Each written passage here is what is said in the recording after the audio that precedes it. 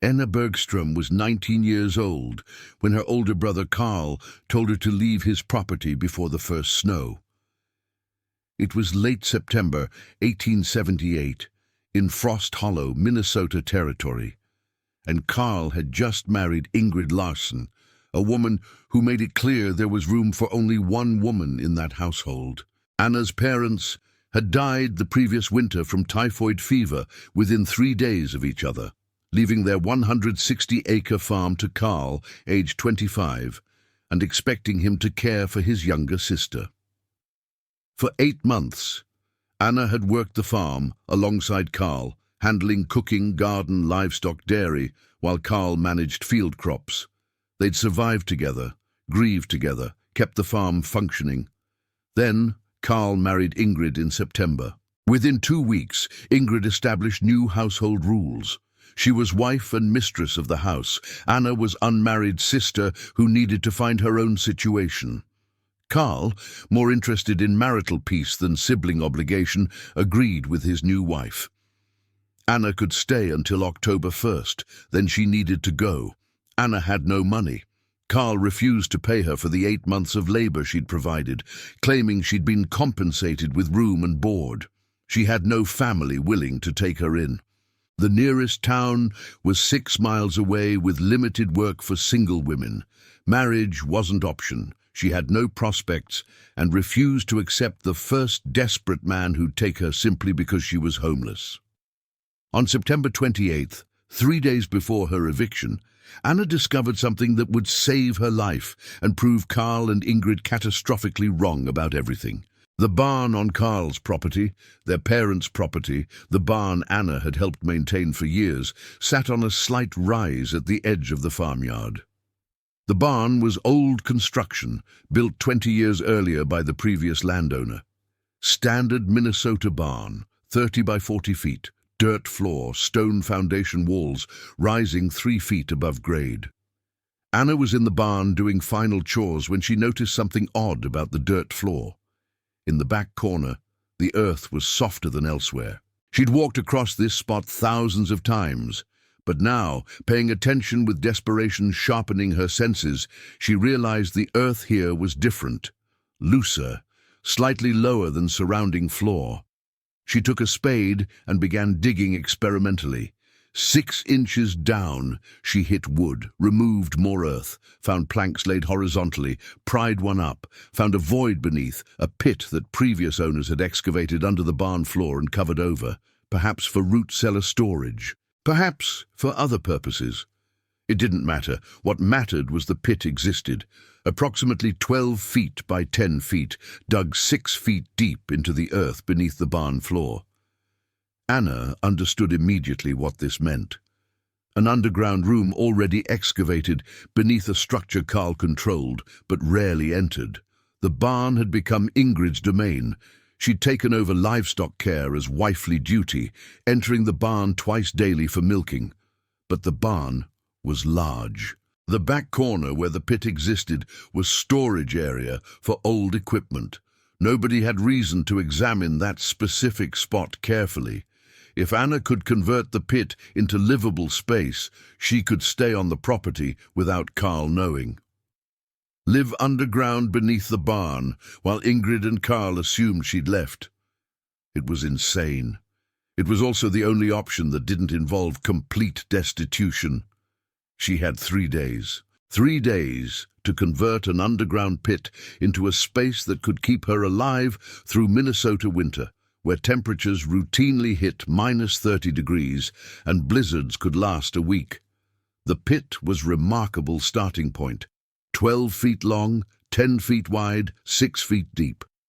Previous owners had excavated approximately 720 cubic feet of earth, backbreaking labor someone else had completed decades earlier. The earth walls were packed clay and loam, stable and solid.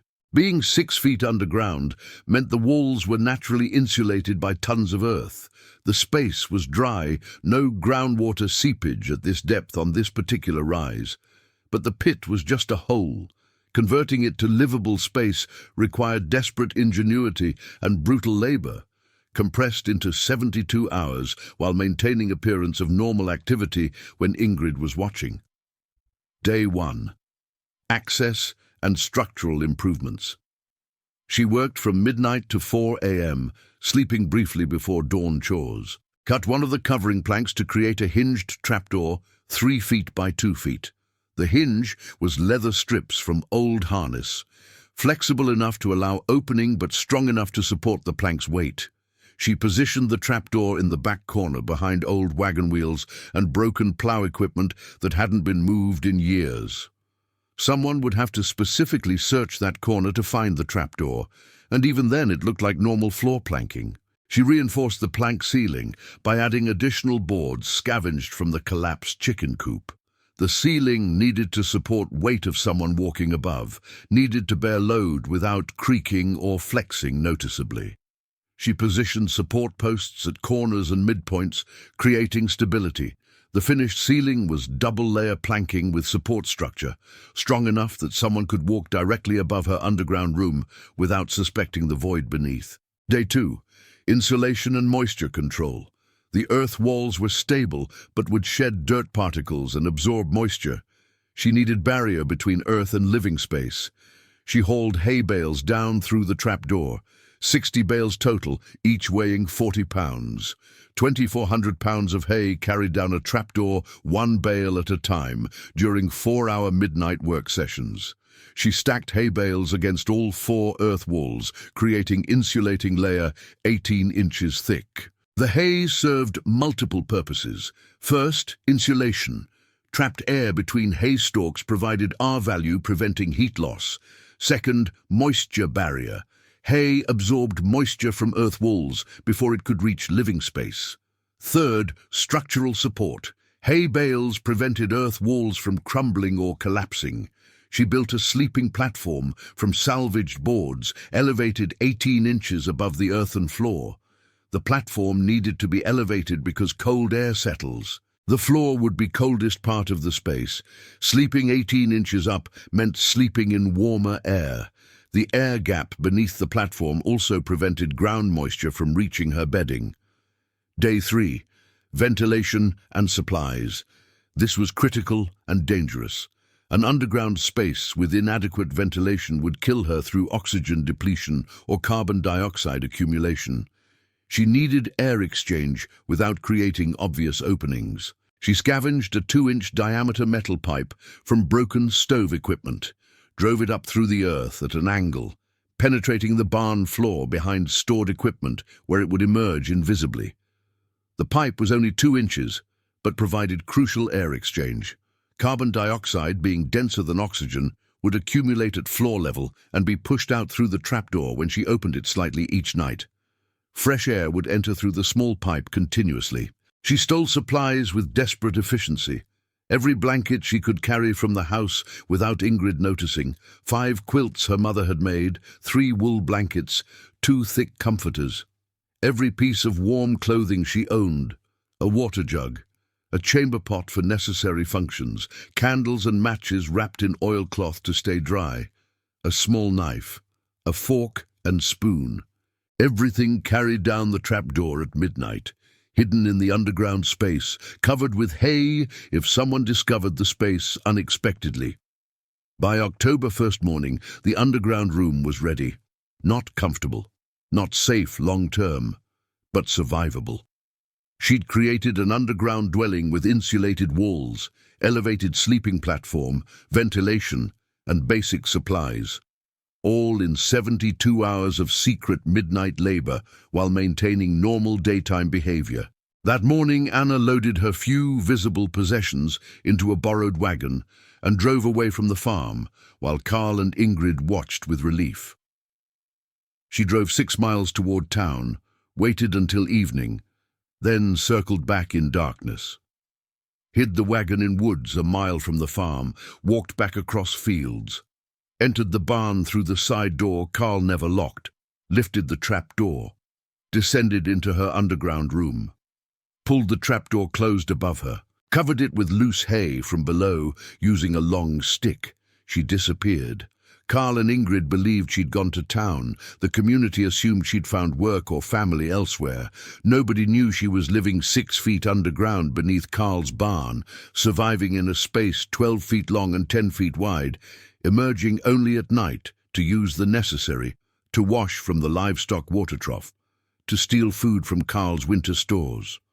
The food theft was necessary and careful. Carl and Ingrid had a root cellar stocked for winter.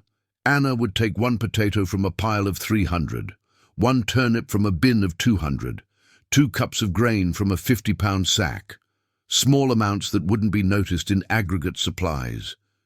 She'd eat raw vegetables, uncooked grain soaked in water.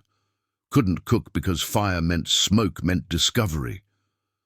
October passed in darkness and desperate routine that tested Anna's sanity and body in ways she'd never imagined. The underground life followed rigid schedule born from necessity. She'd descend through the trapdoor at 3 a.m. after her nighttime emergence activities, pull the trapdoor closed from below using rope attached to interior handle, use long stick to scatter loose hay over the trapdoor from below, making it invisible from above. Then 22 hours of underground existence until the next night's emergence. The darkness was absolute. Not the darkness of a moonless night where eyes adjust and shapes become visible. True, complete darkness, 6 feet underground with no light source. She couldn't waste candles. Her supply was limited and needed for essential tasks only. So she lived in darkness, learned to navigate the 12 by 10 space by touch and memory. 6 paces from sleeping platform to north wall. 4 paces to east wall, 8 paces diagonal. The silence was equally complete. Underground, sealed by earth on 5 sides and wooden planking above, sound was muffled to nothing. She could hear her own heartbeat, her own breathing, nothing else. No birds, no wind, no human voices. The isolation was psychological torture. She'd talk to herself just to hear a voice, but even whispers risked being heard above if someone was in the barn. The cold was manageable but constant. October temperatures above ground dropped to 30 degrees at night. The underground space maintained 48 degrees due to earth insulation. 48 degrees sounds survivable, but 48 degrees for 22 hours daily, every day, week after week, saps body heat relentlessly. She wore every piece of clothing she owned simultaneously. 2 layers of wool stockings, 2 petticoats, 2 dresses layered, wool shawl, quilts wrapped around her body while lying on the sleeping platform. She exercised compulsively to generate body heat and maintain muscle function. In the dark, she'd do push-ups counted only by feel. 10, 20, 50, until arms trembled, squats, deep knee bends, 100, 200, until legs burned, pacing, walking the perimeter of the 12 by 10 space, left hand touching hay-covered wall for orientation in absolute darkness. Walk. Turn, walk, turn. Hours of movement in darkness and silence, generating body heat and fighting muscle atrophy. The hunger was constant and worsening. Her nighttime food theft was necessarily minimal. She'd emerge at 1 a.m. when Carl and Ingrid were deepest asleep, would creep to the root cellar, carefully lift the door that squeaked if opened quickly, would take 1 potato from the pile of 300, 1 turnip from 200, 2 cups of grain from a 50-pound sack, amounts that wouldn't be noticed in bulk storage, but provided maybe 800 calories daily. She needed 1,200 minimum for her activity level, was operating at chronic calorie deficit that ate her body reserves steadily. She lost weight rapidly. By mid-October, her dresses hung loose. By early November, she'd tightened her belt to additional holes she'd punched with her knife. Her face became gaunt, her hands bony, her strength diminished despite the constant exercise. Malnutrition was slowly destroying her, even as the underground shelter protected her from cold. November brought additional challenges. Temperature above ground dropped to 10 degrees at night. The underground space, insulated by 6 feet of earth, maintained 45 degrees. The difference was survival. Carl and Ingrid's farmhouse couldn't maintain more than 55 degrees with continuous fire burning, but 45 degrees for 22 hours daily was brutal. Anna's body was burning calories constantly to maintain core temperature. The calorie deficit worsened. She was literally burning herself as fuel to stay warm. The moisture became problematic. Human breathing produces moisture. In an enclosed underground space, that moisture had nowhere to go except condense on cold surfaces. By late November, the wooden ceiling planks were damp despite the ventilation pipe. Her blankets were damp. Her clothing never fully dried. Damp clothing wicks heat away faster than dry. She was cold constantly despite the layers and exercise and hay insulation. The psychological toll was equally severe. 2 months of 22 hours daily in absolute darkness and silence. No human contact, no conversation, no variation in environment. She was not sleeping well. The cold and hunger prevented deep sleep. Was getting maybe 4 hours of fitful rest daily. The sleep deprivation combined with isolation was creating hallucinations. She'd hear voices that weren't there, would see light when there was none, would lose track of time and day. Had to maintain careful count of nights to know what day it was. By late November, Carl and Ingrid were struggling. The farmhouse was drafty. Their heating costs were enormous. They burned through wood faster than Carl could cut it. Ingrid complained constantly about the cold. Carl worked himself to exhaustion hauling firewood, maintaining fires, trying to keep one poorly insulated farmhouse above 55 degrees. Meanwhile, 6 feet beneath their barn, Anna maintained 48 degrees with no fire at all, just earth insulation, hay bales, and the thermal mass of tons of soil surrounding her underground room. December brought the blizzard that changed everything and proved Anna's desperate underground survival strategy superior to her brother's expensive farmhouse. The storm arrived December 9th with warning signs that longtime Minnesota residents recognized, but Carl and Ingrid dismissed. Morning started deceptively mild, 15 degrees and overcast, but the clouds were wrong color, gray-yellow that meant heavy snow. The wind was wrong direction, straight from north bringing Arctic air. The temperature was dropping too fast. 15 degrees at dawn, 5 degrees by noon, -5 by afternoon. By 4 p.m., the snow began. Not gentle flakes, but heavy, dense snow falling at 2 inches per hour, driven by wind that built rapidly from 20 to 40 to 60 miles per hour. Visibility dropped to nothing within 30 minutes. You couldn't see the barn from the farmhouse 50 yards away, couldn't navigate familiar paths without disorientation. The world became white chaos, punctuated by wind that screamed like a living thing. Temperature kept dropping with shocking speed. -5 became -10, -10 became -15. By midnight, -20 degrees with 60-mile-per-hour wind, creating effective temperature of -60 degrees. Exposed flesh froze solid in under 90 seconds. Breathing unprotected air caused ice crystals to form in lungs, creating immediate respiratory damage. Walking outside meant dying within minutes if you couldn't find shelter immediately. The farmhouse began failing by hour 6. Carl had the stove burning at maximum capacity, had stoked it full of wood, opened all drafts, was feeding it continuously. The house should have been warm, but the blizzard revealed every construction flaw. Cold air poured in through gaps around windows Carl hadn't properly sealed, through cracks in wallboards he'd meant to repair someday, through the poorly insulated attic where heat escaped upward and was replaced by cold air infiltration from below. By midnight, the farmhouse interior was 42 degrees despite burning wood, at rates that would deplete their winter supply within days. Carl fed more wood desperately. The temperature climbed to 45 degrees for an hour, then dropped back to 42 as the wood burned down. They were losing. The house couldn't maintain heat against -20 degrees outside. The mathematics didn't work.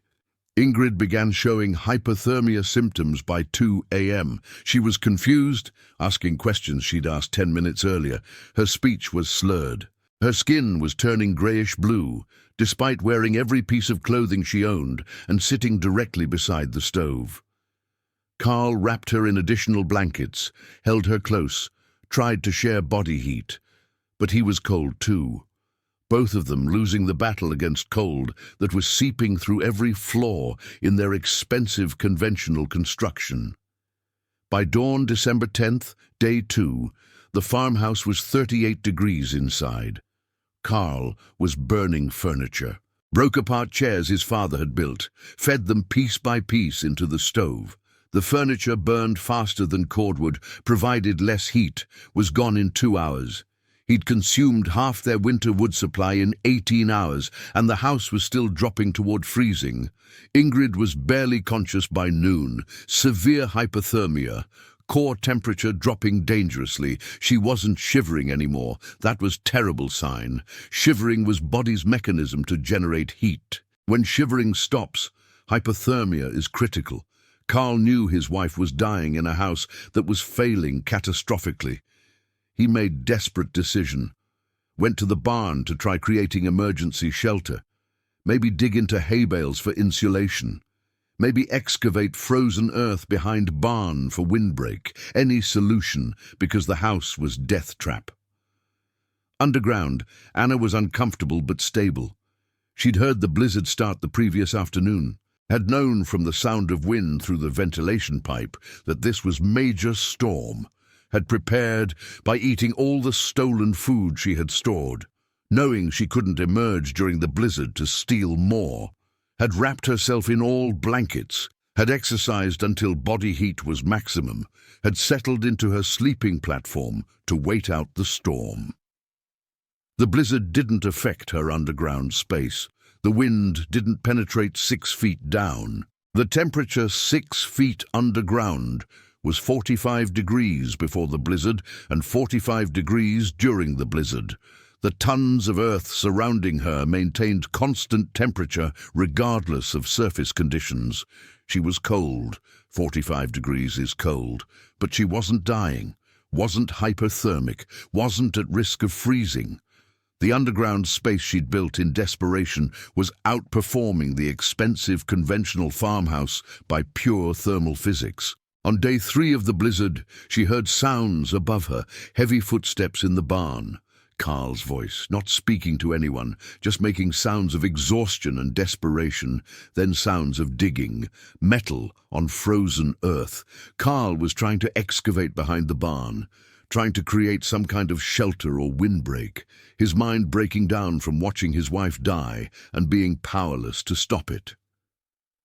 Anna listened from below, could hear Carl's labored breathing, could hear him sobbing between shovel strikes, could hear him talking to himself.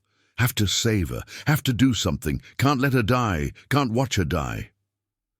She'd survived 2 months underground by staying hidden, had endured darkness, cold, hunger, isolation, had proven she could survive anything Carl and Ingrid's cruelty forced on her, could stay hidden and let them die.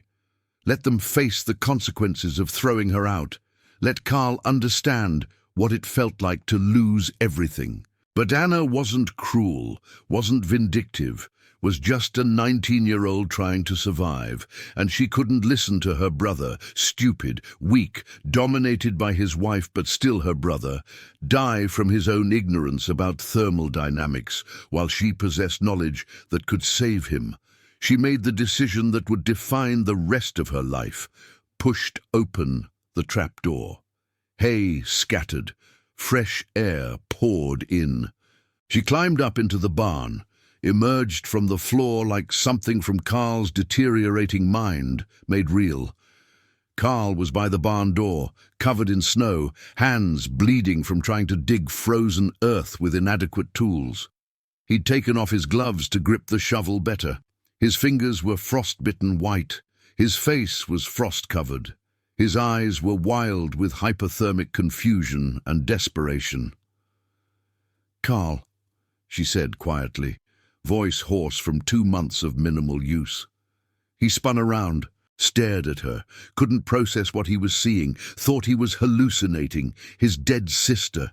The sister he'd thrown out 2 months ago, who'd surely died somewhere, standing in his barn, covered in hay dust, emerging from the floor, speaking his name. "Anna?" His voice broke. "You're not... You can't be... I'm seeing things. The cold. I'm dying." "You're not dying yet. But Ingrid is.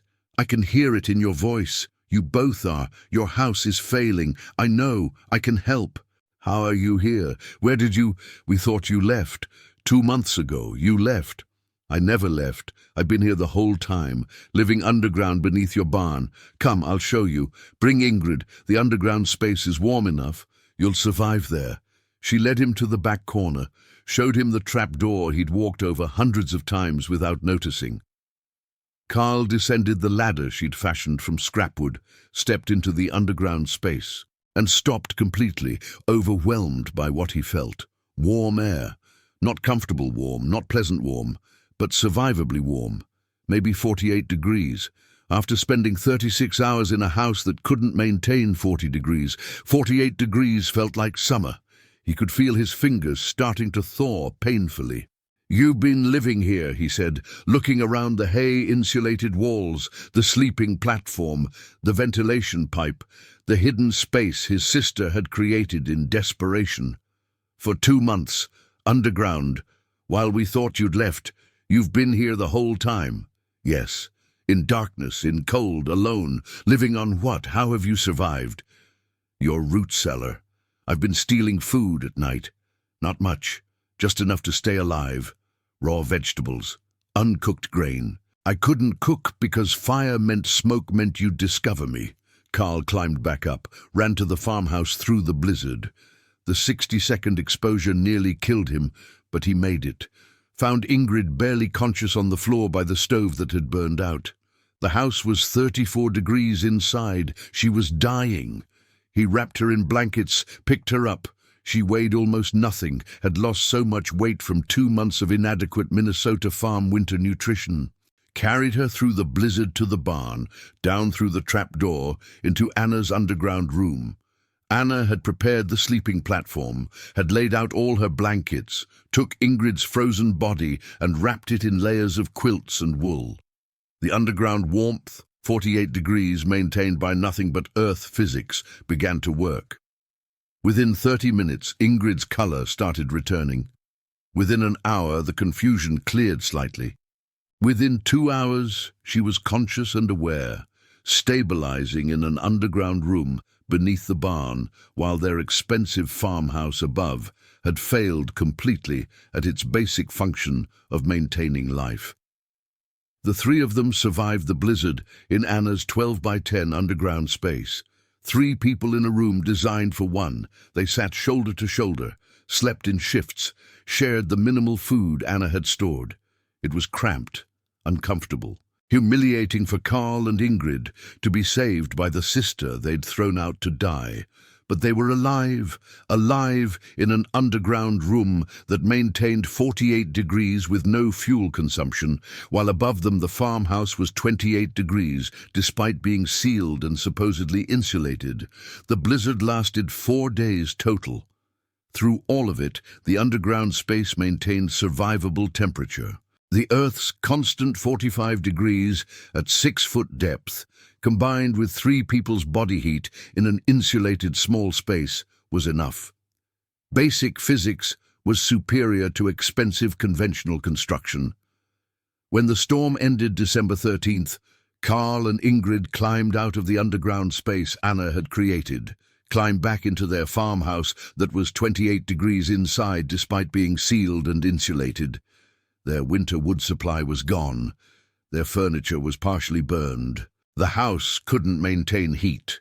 The underground room beneath the barn maintained 48 degrees with 3 people's body heat and no fuel consumption.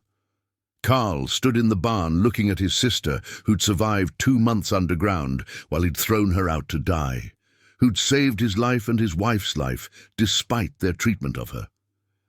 "I'm sorry," he said, voice breaking, "for everything. for listening to Ingrid, for forcing you out, for not paying you, for not defending you. You survived because you're stronger and smarter than I ever understood, and you saved us after we abandoned you."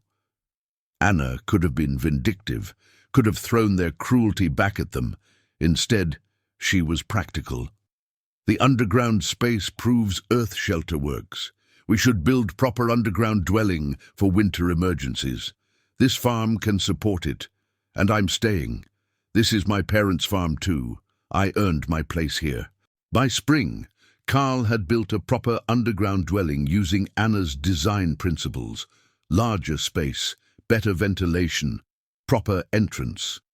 The farm had emergency shelter that could maintain life when the farmhouse failed. Anna lived in the original underground space through that winter, then moved to the main house when Carl built an addition, giving everyone privacy. She never married, stayed on the farm her parents had built. When Carl died in 1903, the farm passed to Anna. She lived there until 1938, 60 years old, respected as the woman who'd survived underground and taught Minnesota farmers about earth shelter principles. The original underground space still exists, preserved beneath the barn. Modern thermal analysis confirms what Anna proved in 1878. Earth at 6-foot depth maintains constant 45 to 50-degree temperature regardless of surface conditions. The story isn't about forgiveness. It's about a 19-year-old thrown out before winter who built an underground room in secret and proved that survival requires knowledge, not comfort. That earth provides better shelter than expensive construction when you understand thermal principles. And that sometimes the person living beneath the floor knows more about survival than the people living in the house above.